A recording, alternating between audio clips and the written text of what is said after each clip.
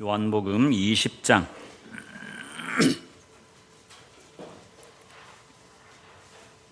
19절부터 31절까지입니다. 요한복음 20장 19절에서 31절 말씀 제가 봉독해 드리겠습니다. 이날 곧 안식 후 첫날 저녁 때에 제자들이 유대인들을 두려워하여 모인 곳의 문들을 닫았더니 예수께서 오사 가운데 서서 이르시되 너희에게 평강이 있을지어다. 이 말씀을 하시고 손과 옆구리를 보이시니 제자들이 주를 보고 기뻐하더라. 예수께서 또 이르시되 너희에게 평강이 있을지어다. 아버지께서 나를 보내신 것 같이 나도 너희를 보내노라.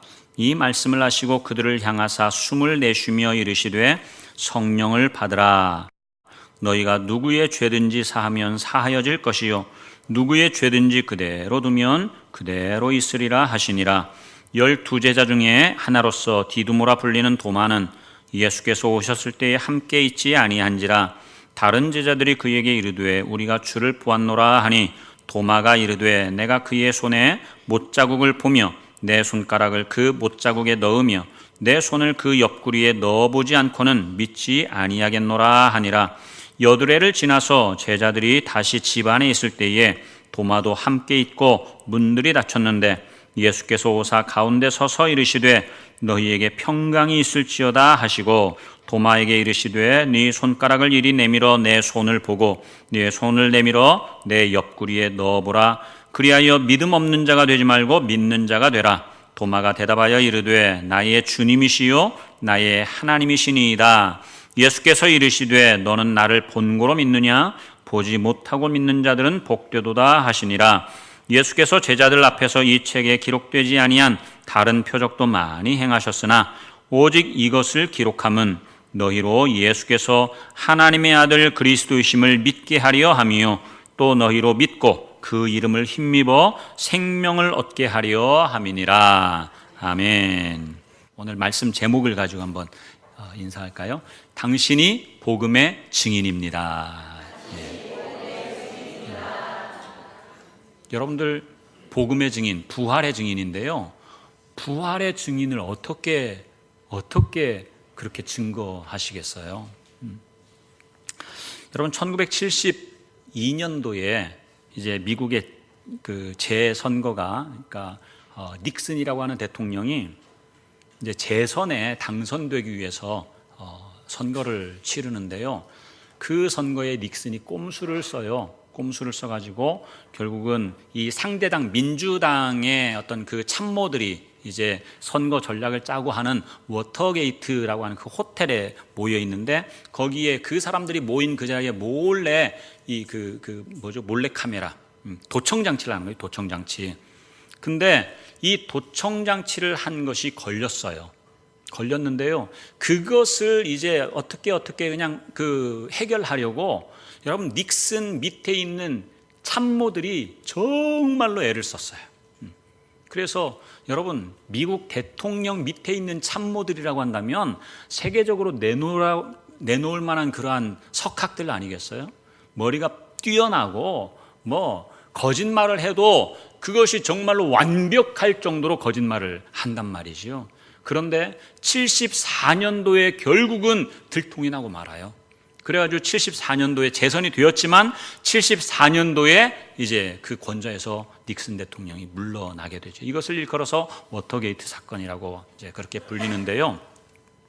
여러분 세계적으로 유명하고 그 유수한 석학들도 그 닉슨 대통령의 그 꼼수를 감추지 못했어요. 감춰도 1년 조금 넘을 그 기간 동안밖에 감추지 못했단 말이에요. 아무리 머리를 써도 그게 감추지 못해요. 들통이 난단 말이에요. 그런데 예수님의 부활은 예수님을 대적하는 수많은 안티크리스찬들이 이것을 부정하고 이거 가짜다, 속임수다 라고 하는 것을 그렇게 증명하려고 2000년 동안 지금까지 왔지만 여러분 이것은 전혀 번복되지 않아요.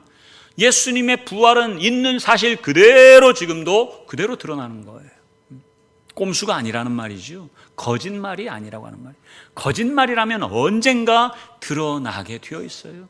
우리나라도 지금 위에 있는 분들이 거짓말한 것 때문에 지금 전국이 들썩들썩하고 있지 않습니까? 그러나 결국은 드러나게 되어 있다라고 하는 거예요. 청와대 그 안방에서 있었던 그 일조차 아무도 보지 않은 것처럼 보이지만 그럼에도 불구하고 조사하면 다 그렇게 드러나서 얼마나 창피를 당하고 있습니까? 예수님의 이 부활이라고 하는 사건은 한낮 2000년 전에 있었던 그 한 번의 사건으로 끝나는 게 아니에요. 이것이 오고 오는 모든 세대 동안 계속해서 우리가 정말 기념하고 또한 날마다 이 부활에 우리가 증인으로 그렇게 살아가야 될 줄로 믿습니다.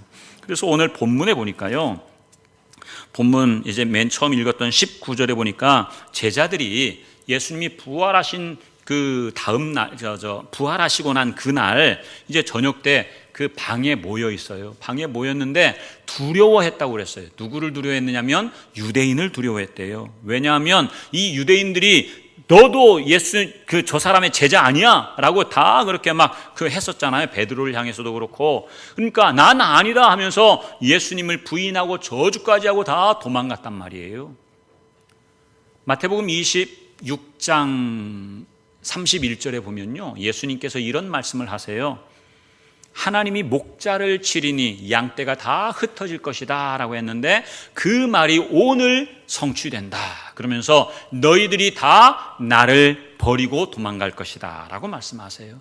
제자들은요, 한 사람도 남지 않고 다 도망가요. 다 도망가. 그래서 여러분, 도망갔다가 지금 그들이 모여가지고 지금 방 한 구석에 모여 있는 거예요. 그런데 방문을 걸어 잠궈 놓고 지금 거기에 벌벌 떨면서 두려워하면서 유대인들이 혹여나 이 자리를 알고 또 로마 군병들에게 이르지는 않을까 하는 그러한 두려움. 또 다른 두려움은 뭐예요? 예수님을 부인하고 저주하고 도망갔던 그것에 대한 죄책감이랄까요? 자책하는 그러한 마음들, 그러한 것들 때문에 지금 두려워하고 있는 거예요. 그런데 예수님께서 어떻게 해요? 그 두려워하는 제자들이 그 방으로 슉 하고 들어오시는 거예요. 그리고 맨 처음에 하시는 말씀이 뭐라고 말씀하세요? 평안이 있을지어다. 평안을 선포하시는 거예요. 평안을. 여러분, 평안을 선포한다고 해서 그 평안이 여러분들에게 임할까요? 제가 여러분들에게 오늘은 지금 그걸 안 했는데 설교할 때마다 말씀 전할 때마다 여러분들에게 그 주님의 은혜와 평강이 임하기를 축복해요. 그런다고 여러분들에게 진짜 그게 임할까요? 저는 그것을 바라고 소망하는 의미로 그렇게 하는 것이지 그렇다고 해서 임하는 건 아니라고 하는 거예요. 평안이라고 하는 것은 어떻게 임할 수 있느냐? 다른 게 아니에요. 오늘 예수님께서 이 제자들에게 잘 보여주고 계세요. 제자들은 지금 지나온 며칠 동안이요, 정말 그야말로 십자가의 그러한 길이었어요. 주님이 십자가를 지고 걸어가셨던 그 골고다 언덕길, 비록 그들은 쫓아가지 않았지만, 그들은 십자가를 지지 않았지만 그 마음은 예수님이 지신 그 십자가보다도 어쩌면 더 무거웠을 거예요. 그리고 그러한 며칠간의 삶을 지내고 지금 방에 모여 있는데 이 방 안이 이 제자들에게 있어서는 무엇일까요? 바로 무덤이란 말이에요. 무덤. 그들의 무덤이에요. 두려워 떨고 있고 하는 그러한 무덤이지요. 여러분, 평강, 평화, 평안이라고 하는 것은 언제 오느냐? 그저 어떤 사람이 축복하고 선포한다고 해서 오는 게 아니라고 하는 말이에요. 고난 없는 이러한 평강은 있을 수 없어요. 태풍이 엄청나게 몰아닥칠 때 그 안에서 진짜 태풍의 눈이라고 하는 진정한 평안, 진정한 그 조용함, 그것을 누릴 수 있는 것처럼 여러분, 다 조용한데 평강을 누리는 것은 그것은 진정한 평안이라고 볼 수가 없는 것입니다. 그래서 여러분, 이 평안이라고 하는 것은 언제 임하는가 하면 하나님이 주시는 이 심판의 고난의 심판을 받아들이고 무덤 안에서 주님의 무덤과 연합하는 거예요. 지금 이들은 이 다락방인지 어느 방인지는 잘 모르겠지만 이 방 안에 모여 있을 때 이곳이 무덤인데 이 무덤 안으로 예수님이 지금 찾아오시는 거예요. 예수님이 찾아오셔가지고 그들과 하나 되는 거지요. 여러분, 그들이 예수님을 봤을 때 얼마나 정말 민망했을 거예요. 얼마나 당황했을까요? 처음에 예수님을 봤을 때. 그러나 예수님께서는 그들을 나무라지 않았어요. 너희들 왜 나만 두고 도망갔어? 라고 그렇게 책망하지 않았단 말이에요. 오히려 두려워 떨고 있는 그들에게, 주님을 두고 도망갔던 그 민망함을 가지고 있던 이 제자들에게 평강을 선포하시는 거예요. 이때 주시는 평강이 진짜 평강이라고 하는 말이에요. 그들의 무덤 안에서 주님과 연합하여 그럴 때 얻는 평강인 것이지요. 여러분, 이러한 평강이 어떻게 얻어지는가? 우리 시편 94편을 한번 보겠습니다. 시편, 구약성경 시편 94편 15절 말씀을 한번 보세요. 94편 15절 말씀. 시작. 심판이 의로 돌아가리니 마음이 정직한 자가 다 따르리로다. 아멘. 심판이 의로 돌아간다라고 하는 말은 이 심판을 통해서 하나님의 의, 공의가 세워진다라고 하는 말이에요. 여러분은 이미 알고 있다시피 우리는 이 땅 위에 태어나면서부터 불의한 자예요. 하나님 앞에서 불의한 자이기 때문에, 그래서 하나님과 분리된 자죠. 분리된 자. 그러한 자를 하나님께서 어떻게 해요? 이제 너는 내 거야 라고 부르시기 위해서 우리에게 심판하시는 거예요. 그 심판은 우리를 죽이기 위해서 주시는 게 아니란 말이에요. 우리를 때려서라도 하나님의 사람으로 삼기 위해서, 그걸 징계라고 하죠. 징계. 히브리서 12장에 보면 징계하지 않는, 아들을 징계하지 않는 아버지가 어디 있느냐 그랬어요. 육신의 아버지도 아들을 징계해요. 때려서라도 말을 잘 듣게 순종하게 해서 그 아이가 잘 되도록 하려고 하는 것이지요. 하물며 하늘 아버지께서 징계하지 않으시겠습니까? 불의한 자로, 하나님을 떠나 있는 자로 살아갈 때에 그들에게 하나님께서는 그 심판, 징계를 통해서라도 부르시는 거예요. 그래서 이 심판이 의로 돌아가는 거예요. 의로. 의를 세운다고 하는 말이죠. 우리 97편을 한번 보세요. 시편 97편. 그래서 이것이 얼마나 소망스러운 일인지, 이 심판을 기다리고 즐거워하는 사람이 있단 말이에요. 97편 8절 시작. 여호와여, 시온이 주의 심판을 듣고 기뻐하며 유다의 딸들이 즐거워하였나이다. 시온과 유다의 딸들은 하나님의 언약 백성이거든요. 언약 백성들이 하나님의 심판을 통해서 의가 세워지는 것을 알기 때문에 이 심판을 마다하지 않고 오히려 기다리는 거예요. 그래서 그것이 오면 기뻐하고 즐거워할 수 있다라고 하는 말이죠. 여러분, 오늘 이 시대에 여러분들에게 이러한 고난의 심판이 없는 사람이 어디 있습니까? 다 있어요. 제가 누차 이야기했지만 예수 믿는 사람은 이 고난이 더 많아요. 안 믿는 사람보다.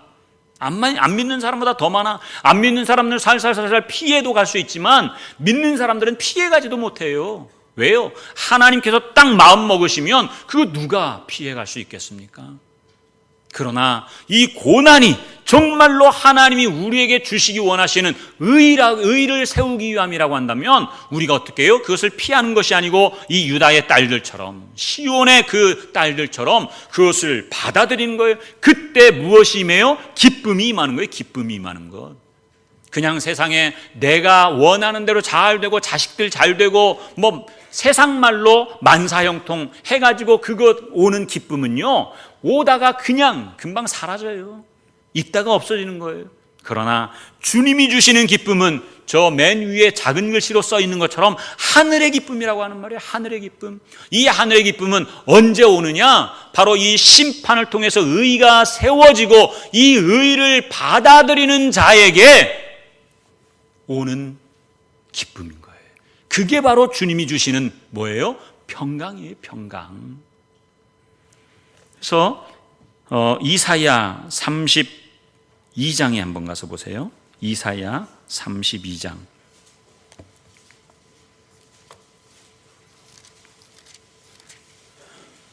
이사야 32장 17절. 심판은 의를 세운다고 그랬는데 공의를 세운다고 했는데 그 다음에 단계가 무엇인가? 17절 시작. 공의의 열매는 화평이요 공의의 결과는 영원한 평안과 안전이라 그랬어요. 그래서 정말 주님이 주기 원하시는 것이 평강이에요. 평강.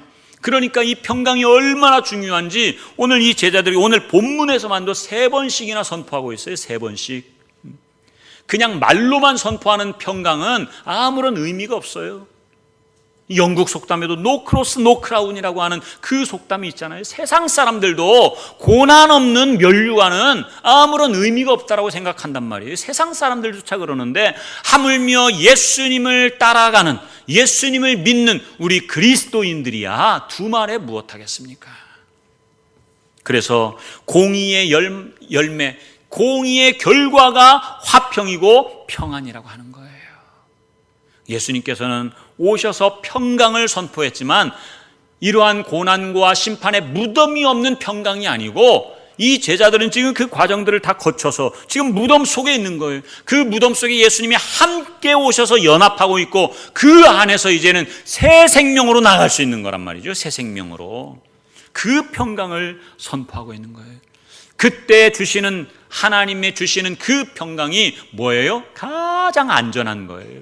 세상은 안전한 것을 추구하고 안전한 것을 위해서 무언가 대책을 세우지만 그 어떤 것보다도 주님이 주시는 안전이, 여기서 말하는 안전은 우리의 육신을 구할 수 있는, 우리 육신을 보호할 수 있는 그러한 안전을 말하는 게 아니에요. 무엇을 주시는, 우리에게 생명 주시기 원해서 생명을 얻도록 하기 위해서 그 가는 걸음걸음마다 주님이 친히 지켜주시는 줄 믿습니다. 그것이 진정한 안전이라고 하는 것이지요. 그래서 예수님께서 이 제자들에게 자신의 그 옆구리에 찔린 창자국과 발에 있는 그 못자국을 보여주세요. 그러니까 이 제자들이 너무나 기뻐하지요. 그러면서 또 이 제자들에게 평강을 선포합니다. 너희에게 평강이 있을지어다. 그 다음에 22절에 보니까 이 말씀을 하시고, 오늘 본문 22절 이 말씀을 하시고 그들을 향하사 숨을 내쉬며 이르시되 무엇을 받으라? 성령을 받으라. 성령을 그렇게 이제 받으라고 말씀하시는 거예요. 여러분, 아까도 이야기했지만 주님이 이 평안을 선포했는데 그들에게는 아직 평안이 오지 않았어요. 평안이 오지 않았어요.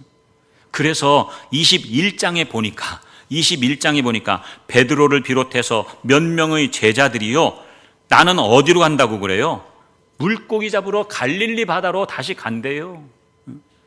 분명히 부활하신 주님을 만났음에도 불구하고 그들은 물고기 잡으러 이제 다시 옛날로 돌아가겠다라고 하는 것이죠. 소망이 없어요. 아직도 평강이 임하지 않은 것을 이야기하는 것입니다. 그러면 어떻게, 언제 평강을 얻을 수 있느냐? 성령을 통해서 그 평강이 완성되는 거예요. 성령을 통해서.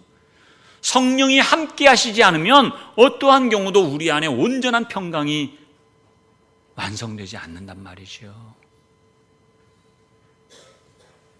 여러분, 요한복음 6장 63절 말씀처럼 내가 너희에게 이르는 말은 뭐라고 그랬어요? 영이요 생명이라고 그랬는데, 영생의 생명을 주는 것, 생명을 주는 것은 다른 게 아니에요. 말씀, 육이 아니고, 육은 무익하다고 그랬잖아요. 영이라고 그랬어요. 성령이란 말이죠. 성령. 살리는 것은 영이니 육은 무익하니라. 그러니까 말씀 그 자체만으로는 안 된단 말이에요. 말씀 자체만으로는. 말씀과 성령이 함께 할 때에 거기에 생명의 역사가 나타나는 거예요. 생명의 역사도 마찬가지지만 이 평강도 마찬가지지요. 평강도. 그래서 주님께서 평강을 선포하시되 이 평강이 언제 이루어지느냐? 성령을 받을 때에 이루어지는 거예요. 성령을 받을 때에. 이 제자들은 이 방 안에서 여전히 두려워하고 떨리고 하는 그러한 상태로 있어요. 주님이 선포했지만 그럼에도 불구하고 아직도 여전히 두렵고 떨리는 거예요. 왜? 아직 성령을 받지 못했기 때문에 그래요. 성령이 오시기 전이거든요.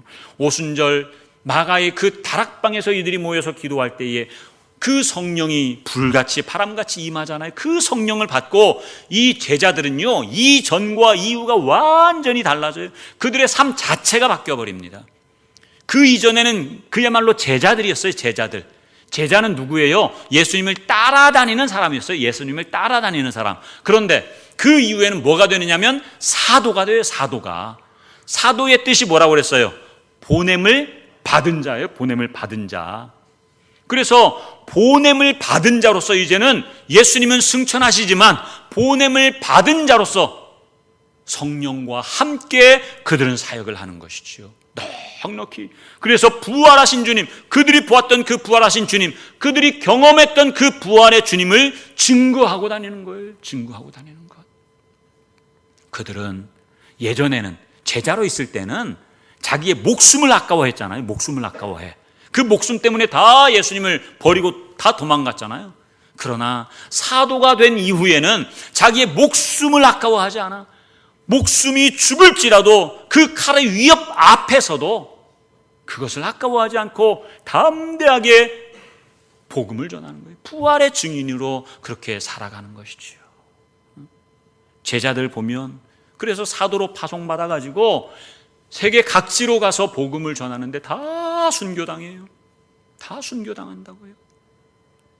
기름에 튀겨서 죽는 사람, 칼에 찔려가지고 목 베어서 죽는 사람, 십자가 형틀에 죽는 사람, 여러 모양으로 죽는데 그들은 이제 더 이상 자기의 목숨에 연연하지 않고 주를 위하여 넉넉히 자기의 목숨까지 내던지는 그러한 사도가 되었다라고 하는 것이죠. 그래서 여러분, 진정한 평강을 얻기 위해서는 어떻게 해야 되는가? 바로 이러한 고난 십자가를 함께 지고 무덤 안에 들어가 있을 때에 그러한 자들에게, 그것을 받아들이는 자에게 주님께서 이러한 평강을 주시는데, 또 한 가지는 반드시 있어야 되는 것이 성령이라고 하는 말이에요. 성령과 함께 동행해야 되는. 오늘 이 시대는 성령 시대잖아요. 그래서 우리가 정말 이 말씀 앞에 나아가면 성령은 항상 거기에 역사하게 돼 있어요. 필수적인 거니까. 뗄래야 뗄 수가 없어요, 성령님과 말씀은. 그래서 여러분, 제가 여러분들에게 날마다 말씀 앞에 나가라고 하는 거예요. 이 말씀이 있는 그 자리에 성령이 함께 하시고 성령의 역사를 통해서 우리가 그동안에 알지 못했던 이 말씀도 깨닫게 되고, 그래서 넉넉히 이전에는 내가 당하는 이 고난 때문에 정말로 맨날 우울하고 지쳐 쓰러지고 포기하고 싶고 낙심하고 절망하지만, 그러나 말씀으로 다시 살아나게 되면 그 성령께서 함께 하시니까 넉넉히 그 하늘의 기쁨을 누릴 수 있는 것입니다. 여러분, 우리 교회 성도들 중에 이제 장사복음은 좀 들어서 알아요. 장사복음은 들어서 아는데 어떤 분들이 이런 생각을 하고 계시는 것 같아요. 목사님 말씀대로 내게 온 고난을 내가 받아들이고 그것이 무덤이라 생각하고 그 안에 들어갔는데 나는 자꾸만 우울감이 생긴다. 우울증으로 자꾸만 더 어두워지고 더 힘들어진다고 그래요. 당연하지요. 당연히 그럴 수밖에 없어. 왜? 그 무덤인 것을 알고 내게 주신 고난을 무덤으로 알고 그 안에 들어가는 것은 맞아. 그런데 그 무덤이 누구의 무덤이에요? 내 무덤으로만 있을 때는 당연히 어려워요. 힘들죠. 고통스러워요. 무덤이 어떤 곳이에요? 어둡고 침침하고 음침하고 더럽고 그런 곳 아니에요. 거기에 있는데 어떻게 우울증이 안 생길 수 있어요? 마음이 더 어두워지죠. 더 힘들죠. 나의 무덤으로 있을 때는 그럴 수밖에 없어요. 그러나 우리 주님이 그 무덤과 같은 그 방 안으로 제자들이 있는 그 자리로 들어오시잖아요. 우리들의 무덤, 나의 무덤을 주님과 함께하는 무덤, 연합하는 무덤으로 바꿔야 된다고 하는 말이에요. 그저 되는 게 아니에요. 우리가 주님의 무덤으로 바꾸는 것은 어떻게 해요? 날마다 말씀 앞에 나가지 않으면 안 되는 거예요. 말씀이고 주님이시기 때문에 말씀으로 교제할 때 그 무덤이 나의 무덤이 아니고 이제는 주님의 무덤으로 바뀌어버리는 것이지요. 거기에 생명이 있는 거예요. 거기에 진정한 평강이 있어요. 상황은 바뀌지 않을 수 있어요. 그러나 여전히 나를 힘들게 하는 육신적인 고통과 그러한 상황은 있을지라도 이제는 내 영이 살아나는 거예요. 그래서 새 생명으로 그렇게 행할 수 있는 것이지요. 그러니까 여러분, 장사복음을 오해하면 절대로 안 돼요. 내게 있는 그 고난, 내게 주신 이 무덤, 상황적이든 사람과 사람 사이의 관계적이든 그러한 무덤이 있다고 한다면 그 안으로 들어가는 건 맞아요. 그런데 이제는 나 혼자만의 무덤이 아니고, 그러면 외로워 죽습니다. 나 혼자만이 아니고 말씀 앞으로 나가는 거예요. 말씀을 보면요, 여러분, 그 자리가 진짜 무덤이에요. 말씀 앞에 나가면. 여러분, 제가 매일 말씀 묵상한다고 해서 말씀 딱 펴면 그냥 막 바바박 해가지고 막 깨달아지고 막 빛이 보이고 그러는 줄 아십니까? 전혀 그렇지 않아요. 말씀을 딱 펴면요, 깜깜할 때가 얼마나 많은지 몰라요. 어두워요. 진짜 그 자리가 무덤이라니까요. 말씀 묵상을 하려고 섰는데, 그 말씀 앞에 앉았는데 이게 도대체 무슨 말씀인지 모르겠어요. 얼마나 그 자리가 힘들고 어려운지 몰라요. 그런데 한 번, 두 번, 세 번 여러 차례 반복해서 읽다 보면 빛이 들어와요. 빛이 어느 한 단어가 탁 눈에 선명하게 들어오든지, 여러분, 그 말씀을 중심으로 해가지고, 그 단어를 중심으로 해가지고 이제 풀어나가는 거예요. 그런데 말씀 앞에 서면, 말씀은 뭐라고 그랬어요? 양날의 검과 같다고 그랬잖아요. 하나님의 말씀은 살아있고 활력이 있어 좌우의 날선 검보다도 더 예리하대요. 그 말씀 앞에 서면 그래서 우리의 모든 죄가 다 드러나게 되어 있다는 말이에요. 드러나지 않을 죄가 없어요. 그러니까 말씀 앞에 선 것이 무덤인데, 나의 죄는 내 스스로도 정말 용납할 수 없는 그 더럽고 추한 죄예요. 그런데 그 말씀이 말씀 앞에서 그대로 드러나니까 어떻게 해요? 내가 회개할 수밖에 없는 거예요. 주님의 보혈을 의지할 수밖에 없는 것이죠. 내 힘과 내 능력으로만 살아왔던 그 지난날의 모든 것들을 이제는 내가 무덤 안에 있는 그곳에 다 밀어넣어서 쓰레기 처리하는 거예요. 쓰레기 처리하는 거예요. 그 말씀이신 주님이 이제는 생명으로 우리에게 찾아와 주시는 것이죠. 그 안에 성령이 항상 함께 하심으로 더 이상 나만의 무덤이 아니고 주님의 무덤으로 연합되어서 그 안에서 새 생명으로 우리가 살아나는 것입니다. 우리 잘 아는 로마서 6장 4절 말씀이 바로 그것 아닙니까? 로마서 6장 4절 말씀, 그러므로 우리가 그와 함께 어떻게 해요? 그의 죽으심과 함께 세례를 받고 또한 그와 함께 장사되었다 그랬어요. 여기서 중요한 게 함께예요. 이전에는 나 혼자 내 무덤 안에 거했지만 이제는 나만의 무덤이 아니고 주님과 함께 십자가에 못 박히고 주님과 함께 무덤 속에 들어가는 거예요. 주님과 함께 있는 그 무덤으로 들어가야 되지요. 거기에 하나님의 영광이 임하는 거예요. 이로 말미암아 아버지의 영광 가운데서, 죽은 자 가운데서 그리스도를 살리신 것 같이 우리를 어떻게 해요? 우리도 새 생명 가운데서 행하게 하려 함이라. 그러니까 이 생명은 어디를 통해서 나오느냐? 무덤을 통해서 나오는데 나의 무덤이 아니에요. 이 세상에서 어떠한 경우도 사람이 다시 부활한 경우는 없어요. 재생은 됐죠. 나사로나 나인성 과부의 아들이나 잠시 살아나긴 했어요. 그러나 또다시 죽어요. 또다시. 그러나 우리 주님은 부활하셨잖아요. 부활하셨어요. 그 부활의 생명, 새 생명을 우리가 받음으로 말미암아 우리도 부활에 대한 소망을 가지고 살아가게 되는 거예요. 그런데 중요한 것은 그 부활의 소망, 미래적인 부활의 소망만 가지고 산다고 해서 되는 게 아니라고 하는 말이에요. 영생도 마찬가지. 영생도 우리 잘 알잖아요. 미래적인 영생이 있지만 현재적으로 누려야 되는 영생이 있어요. 그 영생이 바로 하나님 아버지와 그의 아들 예수 그리스도를 아는 것. 아는 것은 주님과 함께 항상 사귐과 교제를 갖는 것, 그것이 영생이라고 했잖아요.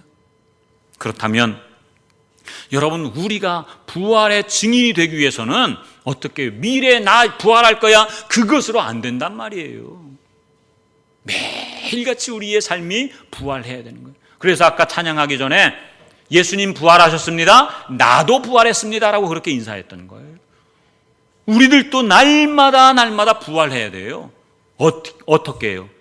우리의 영이, 죄로 인해서 영이 맨날 죽거든요. 그래서 우리를 영적 하루살이라고 하는 거예요. 영적 하루살이.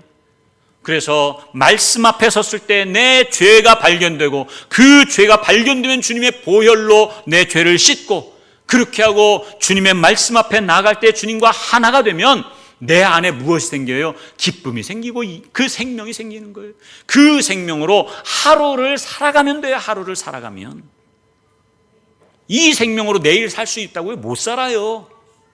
또 내일 아침에 말씀 앞에서 오늘 하루 살면서 나도 모르게 들어온 모든 죄의 그 찌꺼기들을 그렇게 처리하는 거예요. 주님의 보혈로 십자가에 못 박고, 그리고 내일 또 하루를 그렇게 살아서 새 생명으로 살아가는 거예요.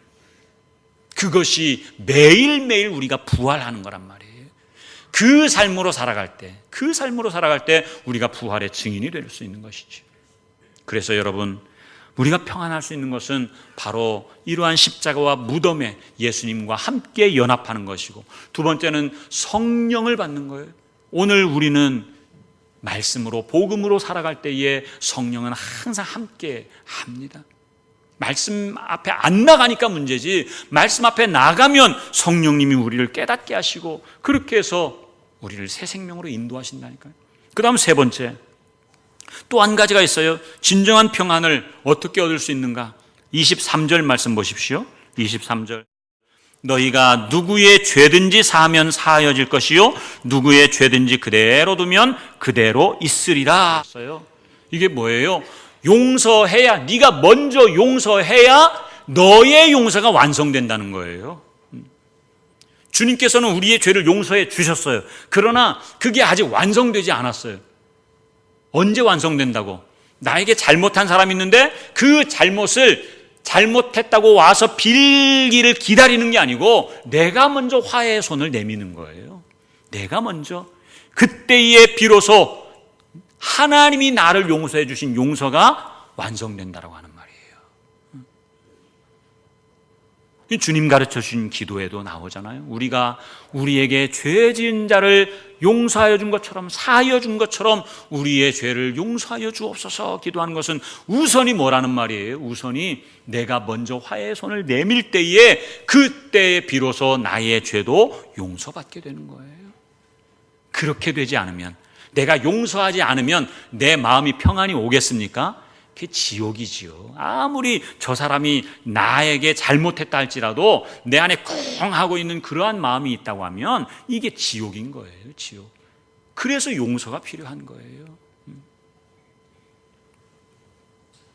이러한 삶을 살아갈 때 이렇게 해서 생명을 얻게 되는 거예요. 생명을 얻게 되는 거예요. 여러분, 24절, 26절 이하에 보면 예수님께서 제자들에게 그렇게 이야기합니다. 도마에게 특별히 이야기하죠. 네가 지난번에 내가 왔을 때 너 나를 못 봤다고, 너 못 믿겠다고 했다며? 그러면서 도마의 손을 이렇게 내밀어서 내 손을 만져봐라. 그리고 네 손을 내밀어서 내 옆구리를 한번 만져봐라 그랬어요. 자, 27절. 도마에게 이르시되 네 손가락을 이리 내밀어 내 손을 보고 네 손을 내밀어 내 옆구리에 넣어 보아라 그랬어요. 여러분, 이게 무슨 말씀일까요? 그저 단순히 예수님이 진짜 부활하셨네 확인하는 차원일까요? 그것도 있죠. 그러나 그것을 뛰어넘는 의미가 있다는 말이에요. 그게 뭐냐면 네 손을 내밀어서 내 그 못자국을 만져보고 내 옆구리에 창자국을 만져봐라 라고 하는 것은, 이건 예수님의 그 흔적이지요. 고난의 흔적이고 우리를 구속하기 위한 구속의 흔적이에요. 구속의 흔적. 그렇다면 이제는 예수님은 이 흔적이 나만 있는 게 아니고 너희들에게도 이 흔적이 있어야 된다라고 하는 거예요. 그래서 내 이 흔적 안으로 들어오기를 원하시는 것이죠. 하나님의 초청이에요. 주님의 초청인 거예요. 그래서 우리들도 그 고난의 흔적을 가지고 부활의 그 증인으로 살아가는 것입니다. 주님께서 주님의 고난 안으로 우리를 들어오시라고 그래요. 들어오라고 그렇게 초청한단 말이에요. 거기에 응답해서 들어가는 자가 바로 진짜 믿는 거란 말이에요. 그래서 27절 하반절에 그리하여 믿음 없는 자가 되지 말고 믿는 자가 되어라 라고 하는 것이지요. 믿는다라고 하는 게 뭐라고 그랬어요? 예수님의 그 구속 사건 안으로 들어가는 걸 말한다고 그랬죠. 어떤 머릿속으로 추상적으로 믿는 거, 그거 말하는 것 아니에요. 로마서 10장 9절 10절에 나오는 마음으로 믿어 의에 이르고 입으로 시인하여 구원에 이른다라고 하는 그것은 여러분 그저 우리가 단순히 그냥 입으로 시인해가지고 나 구원 받았어, 그게 아니란 말이에요. 로마 황제 앞에서 로마 군병들이 칼을 딱 대고 너 예수가 네 주인이야 아니면 황제가 주인이야 물어보는 거예요. 그 앞에서 예수가 나의 주인입니다, 나의 큐리오스입니다라고 말할 때 이 로마 군병의 칼이 단칼에 날아가는 거예요. 그 앞에서 내가 마음으로 믿고 입으로 시인하는 거예요. 그런 상황이 아니고 그냥 우리가 마음으로 믿고 입으로 시인한다고, 그 가짜 믿음이에요, 가짜 믿음. 그래서 진짜 믿음 없는 자가 되지 말고 믿는 자가 되라고 하는 것은 주님의 그 고난의 흔적, 그 속으로 초청할 때 우리가 들어가는 거예요. 그 안으로 들어가는 거예요.